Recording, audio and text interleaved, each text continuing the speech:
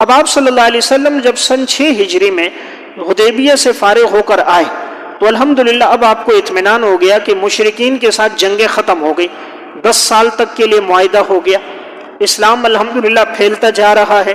اب ضرورت تھی کہ اسلام کا پیغام دوسرے ممالک کے لوگوں کو بھی دیا جائے، یعنی جو شام میں، روم میں، فارس میں جو لوگ آباد ہیں ان تک بھی اسلام کا پیغام پہنچایا جائے۔ اس دور میں نہ میڈیا تھا، نہ موبائل تھا، نہ ذرائع ابلاغ تھے، اور نہ اس طرح کا کوئی جدید نظام تھا کہ لمحوں میں کوئی بات پوری دنیا میں پھیل جائے۔ تو ضرورت ہوتی تھی اپنا پیغام دوسرے تک پہنچانے کے لیے قاصد کے ذریعے، خط کے ذریعے سے اپنا پیغام پہنچایا جاتا تھا۔ تو پھر آپ صلی اللہ علیہ وسلم نے حدیبیہ سے واپس آنے کے بعد اب آپ نے مختلف ممالک کے لوگوں کو خطوط لکھنا شروع کیے۔ آپ صلی اللہ علیہ وسلم نے اب شاہان عالم کے جتنے بادشاہ تھے ان کو خطوط لکھے۔ ان میں سب سے پہلے ایک اہم خط جو آپ صلی اللہ علیہ وسلم نے لکھا ہے وہ قیصر روم کو خط لکھا۔ روم ایک چونکہ بڑی سلطنت تھی، روم اور فارس یہ اس دور کی بڑی سلطنتیں تھیں، آج کے الفاظ میں جیسے انہیں سپر پاور کہا جاتا تھا۔ تو آپ صلی اللہ علیہ وسلم نے ان کے لیے خط لکھا، اور یہ خط حضرت دحیہ کلبی رضی اللہ تعالیٰ عنہ کو دے کے روانہ کیا۔ خط لکھتے وقت یہ مشورہ سامنے آیا کہ وہ لوگ خط کو تب قبول کرتے ہیں جب اس پہ مہر لگی ہوئی ہو، تو آپ اپنے لیے مہر بنا دیجئے۔ تو رسول اللہ صلی اللہ علیہ وسلم نے مہر بنائی، اور اس مہر پہ لکھا ہوا تھا محمد الرسول اللہ، لیکن وہ لکھا ہوا اس طرح تھا کہ اوپر سطر میں لفظ اللہ تھا، نیچے دوسری سطر میں لفظ رسول تھا، نیچے تیسری سطر میں محمد تھا، یعنی اللہ کا نام پہلے تھا، پھر رسول تھا، پھر محمد تھا، تو وہ ایک مہر تھی۔ تو آپ صلی اللہ علیہ وسلم جب کسی کو خط لکھتے تو پھر آپ وہ اپنی مہر سے اس پہ مہر لگا دیتے، تو یہ علامت تھی کہ یہ خط حضور کی جانب سے، کسی اور کی جانب سے یہ خط نہیں ہے۔ تو معلوم ہوا کہ مہر بنانا جائز ہے۔ آپ صلی اللہ علیہ وسلم نے جب یہ خط دیا دحیہ کلبی رضی اللہ تعالیٰ عنہ کو، تو یہ خط لے کر وہاں پہنچے۔ جب یہ وہاں گئے ان سے ملاقات کی، اور ملنے کے بعد حضور کا خط ان کو پہنچایا۔ آپ صلی اللہ علیہ وسلم نے جو خط دیا تھا اس خط کے اندر انہیں اسلام کی دعوت دی گئی تھی، اور انہیں ایمان کی طرف بلایا گیا تھا کہ میں اللہ کا پیغمبر اور رسول ہوں، اور میں تمہیں دعوت دیتا ہوں کہ تم ایمان لے کر آؤ۔ اگر تم ایمان لاؤ گے تو اللہ تمہیں ڈبل اجر دے گا، تم اہل کتاب میں سے ہو، اہل کتاب میں اگر کوئی ایمان لائے تو اس کے لیے ڈبل اجر ہے، اور خدا نخواستہ اگر تم نے روح گردانی کی، اعراض کیا، تو تمہارے لیے گناہ بھی ڈبل ہوگا۔ یہ خط صحیح بخاری میں موجود ہے۔ خط یہ تھا۔ حضرت عبداللہ ابن عباس رضی اللہ تعالیٰ عنہ فرماتے ہیں ان النبی صلی اللہ علیہ وسلم کتب الی قیصر یدعوہ الی الاسلام، آپ صلی اللہ علیہ وسلم نے قیصر کو خط لکھا اور اسلام کی دعوت دی۔ وبعث بکتابی الی دحیہ الکلبی، خط لے کر جانے والے صحابی دحیہ کلبی تھے۔ وامرہ ان یدفعوا الی عظیم بصرہ، اور آپ نے یہ خط دیا کہ جو بصرہ کا بادشاہ ہے اس کو جا کر یہ خط دیا جائے، اور اس سے کہو کہ وہ یہ خط لیدفعوا الی قیصر، کہ وہاں کا یہ جو بادشاہ ہے، گورنر ہے، یہ خط لے کر جائے اور قیصر تک یہ خط پہنچائے۔ خط کا مضمون یہ تھا فَإِذَا فِيهِ بسم اللہ الرحمن الرحیم، تو آپ نے خط کا آغاز کیا بسم اللہ سے۔ حضرت سلیمان علیہ السلام نے جو ملکہ بلقیس کو خط لکھا، قرآن کریم میں اِنَّهُ مِن سلیمان وَإِنَّهُ بسم اللہ الرحمن الرحیم، وہاں بھی سلیمان علیہ السلام نے بسم اللہ لکھا۔ آپ صلی اللہ علیہ وسلم نے جتنے خطوط لکھے آپ نے وہاں پر بھی بسم اللہ لکھا۔ تو اس سے معلوم ہوا بسم اللہ لکھنا سنت عمل ہے۔ بسم اللہ میں 19 حروف ہیں، ہر حرف پہ 10 نیکیاں ہیں۔ جب آدمی بسم اللہ پڑھتا ہے تو اللہ تعالیٰ اس کو 190 نیکیاں عطا فرماتا ہے۔ ہم آج کل اپنے مسلمان بھائی کو خط لکھتے ہوئے بسم اللہ نہیں لکھتے، اس کی جگہ 786 لکھ دیتے ہیں، یہ خط کی بے ادبی ہوگی، خط گر جائے گا۔ بھائی کیوں گرے گا؟ آپ نے مسلمان کو خط لکھا ہے، اور مسلمان کو پتہ ہے بسم اللہ الرحمن الرحیم اللہ رب العزت کے اسماء، اللہ کی صفات ہیں، آخر مسلمان کیوں بے ادبی کرے گا؟ حضور نے کافر کو خط لکھا ہے، بسم اللہ لکھا ہے۔ سلیمان علیہ السلام نے ملکہ بلقیس کو خط لکھا ہے، بسم اللہ لکھا ہے، حالانکہ وہاں تو یہ زیادہ خدشہ تھا کہ وہ غیر مسلم ہیں، وہ بے ادبی کریں گے۔ اگر وہ کریں گے وہ ان کا عمل ہے، ہم شریعت پہ چلیں گے۔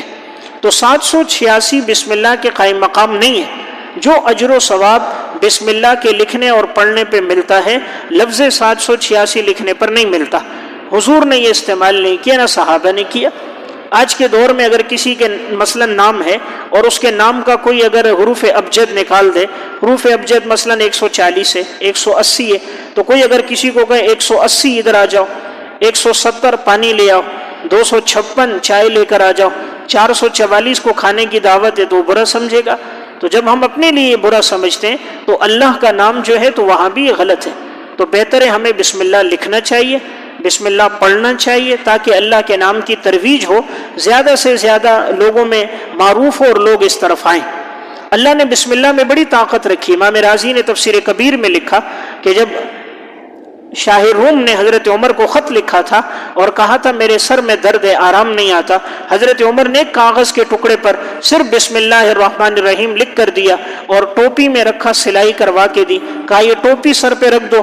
جس وقت وہ ٹوپی سر پہ رکھتا آرام آ جاتا، ٹوپی سر سے نیچے اتارتا سر میں دوبارہ درد ہو جاتا۔ تو بادشاہ سوچنے لگا ٹوپی میں جادو کیا ہے۔ اس نے ٹوپی کو جب کھولا تو اندر کاغذ کے ٹکڑے پر بسم اللہ الرحمن الرحیم لکھا ہوا تھا۔ تو اللہ نے بسم اللہ میں ایسی طاقت رکھی۔ امام رازی رحمۃ اللہ علیہ نے تفسیر کبیر میں لکھا، حضرت خالد بن ولید رضی اللہ تعالیٰ عنہ جس وقت ان کے سامنے یہ بات آئی کہ انہوں نے زہر رکھی ہوئی تھی، مشرک اور مجوس کے لوگ تھے، کہا یہ زہر اس لیے رکھی اگر مذاکرات نہیں ہوتے ہم یہ زہر پی لیتے ہیں تاکہ مر جائیں۔ خالد بن ولید نے پہلے بسم اللہ الرحمن الرحیم پڑھا، مسنون دعا پڑھی، پورے زہر کو پی لیا، کچھ اثر نہیں ہوا۔ تو امام رازی لکھتے ہیں اللہ نے بسم اللہ میں بڑی طاقت رکھی۔ تو میں ایک بات عرض کر رہا ہوں، حضور نے خط میں پہلے بسم اللہ لکھا، پھر اپنا نام لکھا، میں محمد عبد اللہ و رسولہ، یہ محمد کی طرف سے، تاکہ پہلے ہی شروع میں پتہ چل جائے خط لکھنے والا کون ہے۔ آج کل ہمارے ہاں خط لکھتے ہیں، میسج کرتے ہیں، اتنا لمبا چوڑا میسج ہوتا ہے، فون پہ بات ہوتی ہے نام ہی نہیں بتاتے، کہتے ہیں آپ نے مجھے پہچانا نہیں۔ او بھائی کہاں سے پہچانے، علم غیب تو نہیں، اپنا نام بتایا جائے، تعارف کیا جائے۔ تو حضور نے سب سے پہلے اپنا نام بتایا کہ خط کس کی طرف ہے، محمد کی طرف سے۔ محمد کون ہے، عبداللہ ہیں۔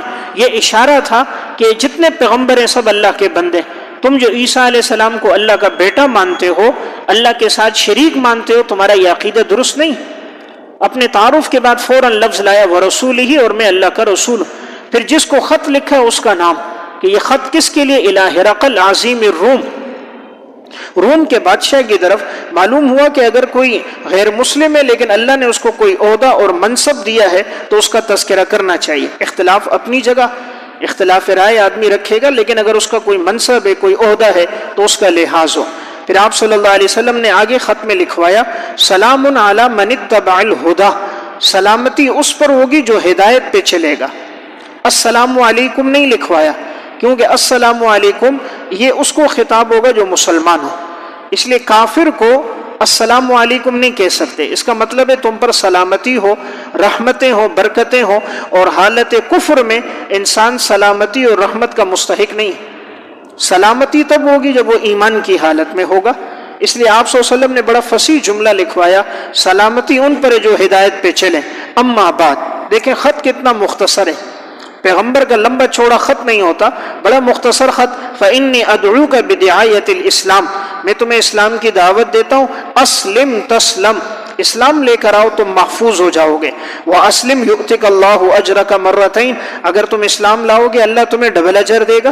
وان تولیت فعلیک اسم الارسیین، اور اگر تم روگردانی کرو گے تو تمہاری رعایا کا گناہ بھی تمہارے ذمہ ہوگا۔ پھر آپ نے آگے قرآن کی آیت لکھی، یا اہل الکتاب تعالوا الی کلمۃ سواء بیننا وبینکم الا نعبد الا اللہ ولا نشرک بہ شیئا ولا یتخذ بعضنا بعضا اربابا من دون اللہ۔ اے اہل کتاب آؤ اس کلمے کی طرف جو میرے اور آپ کے درمیان برابر ہے، یعنی اس نقطے پر ہم سب کا اتفاق ہے کہ عبادت ہم نہیں کریں گے سوائے اللہ کی، اللہ کے ساتھ کسی کو شریک نہیں ٹھہرائیں گے، اور ہم میں سے بعض کو اللہ کو چھوڑ کر رب نہیں بنائیں گے۔ بس اگر تم روگردانی کرتے ہو تو تم گواہ رہو، یقیناً ہم تو اللہ کے فرما بردار ہیں۔ آپ علیہ الصلوۃ والسلام نے یہ خط ان کو دے دیا۔ اب جب یہ خط ہرقل کو ملا تو یہ بڑا دانا اور سمجھدار آدمی تھا، عقل مند تو تھا، تو جیسے اس کو خط ملا تو یہ سمجھ گیا کہ واقعی یہ پیغمبر کا خط ہے، اور ان جملوں کی فصاحت بھی بتا رہی ہے کہ یہ پیغمبر کا خط ہے۔ تو اب یہ سوچنے لگا کہ میں اپنے لوگوں کو کیسے بتاؤں اور ان کے سامنے کیسے بات رکھوں۔ جب اس نے خط پڑھا، اپنے گورنروں کو بتایا کہ اس طرح خط میرے پاس آیا ہے اور اس پیغمبر نے مجھے ایمان کی دعوت دی ہے، تو سب کے سامنے یہ بات رکھی. پھر اس نے کہا ایسا کرتے ہیں اس پیغمبر کے بارے میں مزید معلومات ہمیں ملنی چاہیے کہ یہ پیغمبر کون ہے، کس قبیلے کا ہے، خاندان کیا ہے، کہاں اس کی پرورش ہوئی، یہ معلومات ہمیں مل جائیں. تو اس نے کہا دیکھو عرب کا کوئی قافلہ تو نہیں آیا ہوا، اگر کوئی قافلہ آیا ہے اس میں کوئی ان کا رشتہ دار ہو یا آپ صلی اللہ علیہ وسلم کے خاندان اور قبیلے کا ہو، اس کو بلا کر لے کر آؤ، اس سے سوالات کرتے ہیں تاکہ ہمیں یہ ساری معلومات اس پیغمبر کے بارے میں مل جائیں. تو ہرقل نے پیغام بھیجا کہ روم کے اندر اگر کوئی تجارت کے لیے آئے مکہ سے ان کو بلاؤ. تو وہ لوگ گئے، تلاش کیا پتہ چلا کہ قافلہ آیا، اور اس قافلے کے اس وقت بڑے تھے ابو سفیان، اور ابو سفیان اب تک ایمان لے کر نہیں آئے تھے، مسلمان نہیں ہوئے تھے. تو ان کو پیغام پہنچا کہ وقت کا جو بادشاہ ہے یعنی ہرقل وہ تمہیں بلا رہا ہے. ابو سفیان اپنے ساتھیوں کے ساتھ وقت کے اس بادشاہ کے دربار میں آ گئے. اب سارے اس کے نمائندے بھی بیٹھے ہوئے ہیں اور اس کے جتنے وزراء ہیں وہ سب بھی بیٹھے ہیں. تو اب ہرقل نے ابو سفیان سے کہا تم ان کے قریب ہو رشتے میں؟ انہوں نے کہا جی قریب ہوں، یعنی میں عرب میں ہی رہتا ہوں، خاندان کے اعتبار سے میں ان کے قریب ہوں. ابو سفیان کو اس نے سامنے کھڑا کیا ہرقل بادشاہ نے، اور پیچھے جو ان کے ساتھ آئے تھے ان کو پیچھے بٹھایا، اور پھر کہا میں جتنے سوال کروں گا تم نے جواب دینا ہے. درمیان میں ترجمان تھا کہ جو ہرقل کی بات ابو سفیان کو بتاتا، اور وہ عربی جانتا تھا، ترجمان ابو سفیان کی بات کا ترجمہ کر کے ہرقل کو بتاتا. اور ابو سفیان کے پیچھے اس نے لوگوں کو بٹھا دیا، کہا اگر یہ کوئی بات جواب ٹھیک نہ دے تو تم لوگ پیچھے سے گردن ہلا دینا کہ صحیح نہیں کہہ رہا، اور صحیح بات کہے تم گردن ہلانا کہ ٹھیک کہہ رہا ہے. اب ابو سفیان کہتے ہیں مجھے یہ ڈر تھا اگر میں کوئی بات ایسی کہہ دوں جو ٹھیک نہیں ہے تو میرے پیچھے جو لوگ ہیں یہ تو میری تکذیب کریں گے اور میری طرف جھوٹ کی نسبت ہوگی. تو اگرچہ ایمان نہیں لائے تھے لیکن عرب کے لوگ جھوٹ سے بچتے تھے. اب ابو سفیان کو سامنے بٹھایا، باقیوں کو پیچھے. اب ہرقل سوال کر رہا ہے، اس کے سوالات سے اندازہ ہوتا ہے کہ یہ بڑا دانا اور سمجھدار انسان تھا. اس نے جو ابو سفیان سے سوالات کیے ہیں وہ ٹوٹل 8 سوالات کیے ہیں. سب سے پہلا سوال اس کا تھا، درمیان میں ترجمان کو کھڑا کیا اور کہا ایکم اقرب نسبا من هذا الرجل الذي يزعم انه نبی، تم میں سے کون آدمی ایسا ہے جو نسب کے اعتبار سے قریب ہے اس شخص کے کہ جس کے نبی ہونے کا گمان ہے. تو ابو سفیان نے کہا فقلت وانا میں ہوں، فاجلسونی بین یدیہ واجلسوا اصحابی خلفی، تو اس نے مجھے سامنے بٹھایا، میرے ساتھیوں کو پیچھے. ثم دعا بترجمانہ فقال قل لهم انی سائل عن هذا الرجل الذي يزعم انه نبی، میں ان سے اس کے بارے میں پوچھوں گا کہ جس کا گمان یہ ہے کہ وہ نبی ہے. فَإِن كَذَبَنِي فَكَذِّبُوهُ، کہا اگر یہ مجھے جھوٹ بولے تم لوگ اس کی تکذیب کر دینا. تو ابو سفیان کہتا ہے کہ وَأَيْمُ اللَّهِ لَوْلَا مَخَافَةُ أَن يُؤْثَرَ عَلَيَّ الْكَذِبُ لَكَذِبْتُهُ، اگر مجھے یہ ڈر نہ ہوتا کہ میرے ساتھی میری تکذیب کریں گے تو میں کوئی نہ کوئی جھوٹ بول دیتا، لیکن مجھے ڈر تھا میرے ساتھی پیچھے سے کہیں ایسا نہ ہو میری تکذیب کریں، اس لیے میں نے کوئی بات نہیں کی. اب سب سے پہلا سوال ہرقل نے پہلی بات پوچھی، ترجمان سے کہا سلہ کیف حسبہ فیکم، یہ پوچھو اس پیغمبر کا حسب و نسب کیسا ہے، یعنی کون سے خاندان سے، اونچا خاندان ہے یا نہیں، تمہارے لوگوں کے درمیان یہ کوئی ادنا خاندان ہے. ابو سفیان نے کہا ہوا فینا ذو حسب، وہ تو بڑے اونچے خاندان والے، یعنی آپ علیہ السلام قریش سے ہیں، قریش کا خاندان بڑا اونچا خاندان ہے. اب اس نے دوسرا سوال کیا فَهَلْ كَانَ مِنْ آبَائِهِمْ مِنْ مَلِكٍ، کیا ان کے آبا و اجداد میں کوئی بادشاہ گزرا ہے؟ آپ علیہ السلام کے آبا و اجداد، باپ دادا پردادا میں؟ تو ابو سفیان نے کہا قلت لا، ان کے آبا و اجداد میں کوئی بادشاہ نہیں گزرا. اس نے تیسرا سوال کیا فَهَلْ كُنْتُمْ تَتَّهِمُونَهُ بِالْكَذِبِ قَبْلَ أَنْ يَقُولَ مَا قَالَ، کیا تم نے کبھی اس کو آزمایا ہے کہ اس نے جھوٹ بولا ہو نبوت کے دعوے سے پہلے؟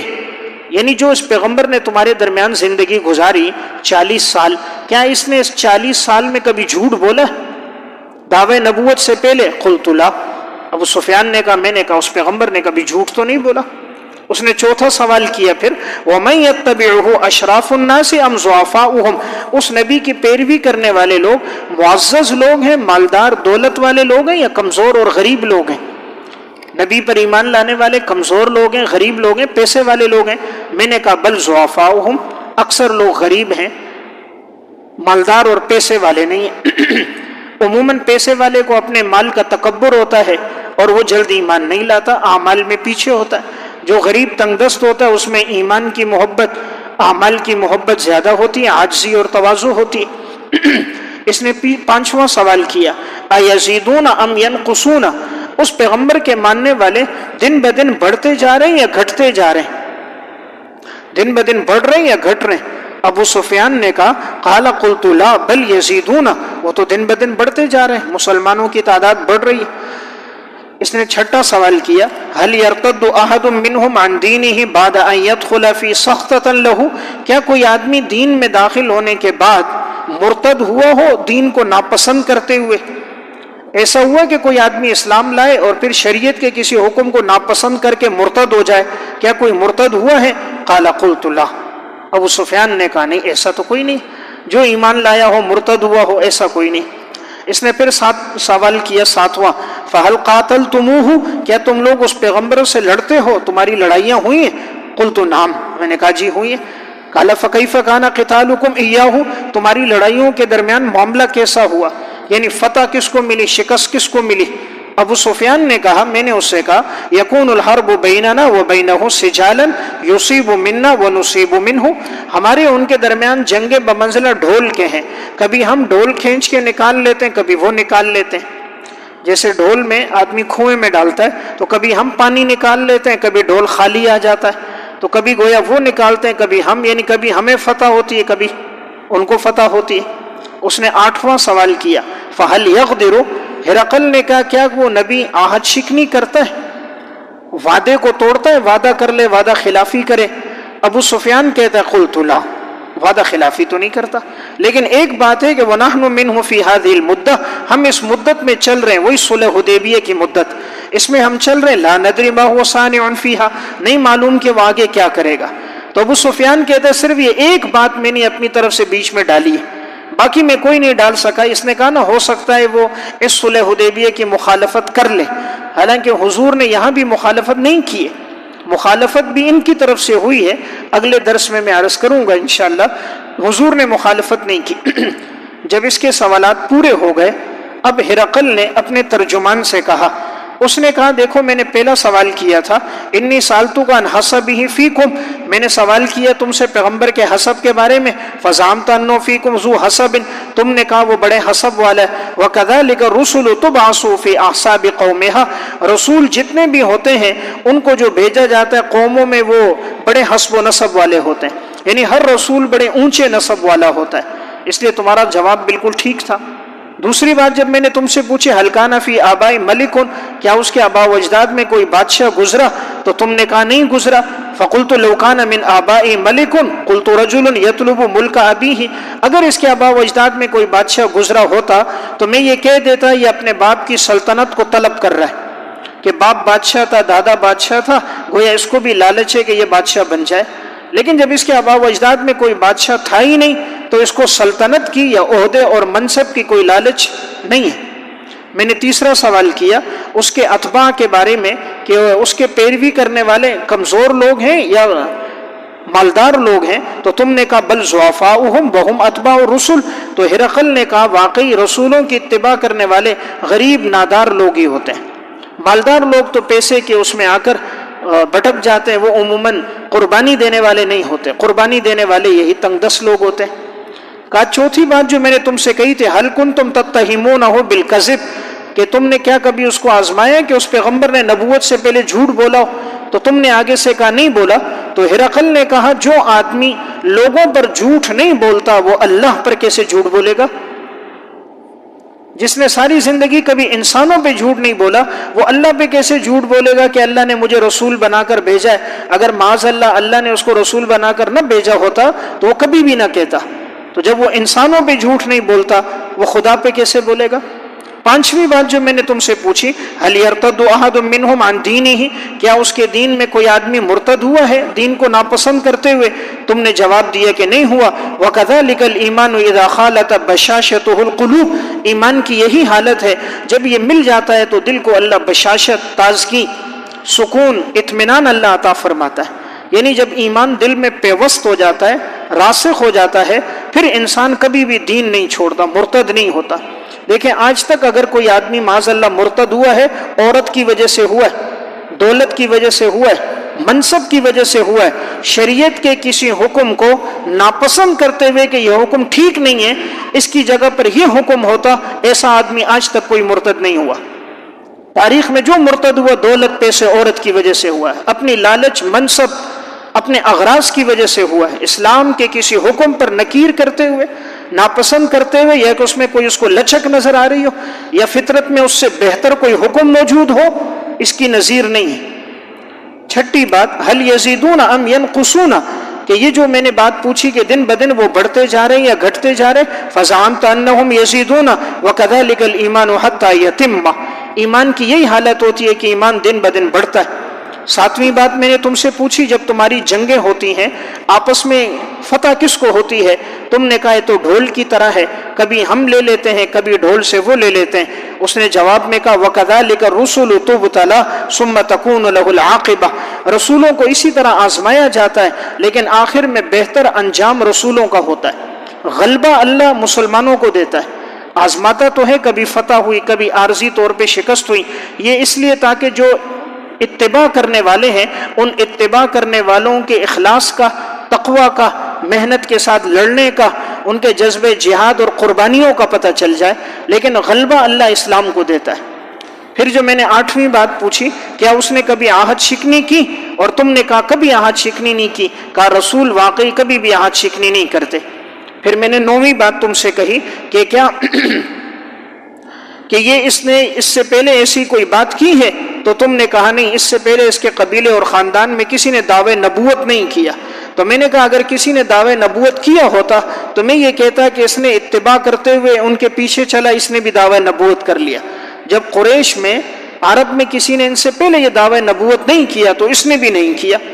پھر میں نے تم سے کہا ثم قال بما یأمرکم، وہ پیغمبر تمہیں کس چیز کا حکم دیتا ہے؟ تو کہا پیغمبر حکم دیتا ہے یأمرنا بالصلاۃ والزکاۃ والصلۃ والعفاف، وہ پیغمبر حکم دیتا ہے نماز پڑھو، زکوٰۃ ادا کرو، صلہ رحمی کرو، پاک دامنی کرو۔ اب ہرقل نے کہا ان یک ما تقول حقا فإنہ نبی، اگر یہ باتیں سچ ہیں تو واقعی اللہ کا نبی ہے۔ ہرقل نے کہا، روم کے بادشاہ نے، کہ واقعی پھر یہ اللہ کا نبی ہے۔ وقد كنت اعلم انه خارج، مجھے یقین تھا یہ نبی مبعوث ہوگا۔ ولم اكن اظنه منكم، لیکن مجھے یہ گمان نہیں تھا کہ یہ تم میں آئے گا، یعنی میں سمجھتا تھا شام میں آئے گا، یہ پتہ نہیں تھا کہ عرب میں یہ نبی آئے گا۔ ولولا انی اعلم انی اخلص فی لاحببت لقاءه، اگر مجھے پتہ چل جائے میں اس پیغمبر تک پہنچ سکتا ہوں تو میں خوب کوشش کر کے پہنچوں گا۔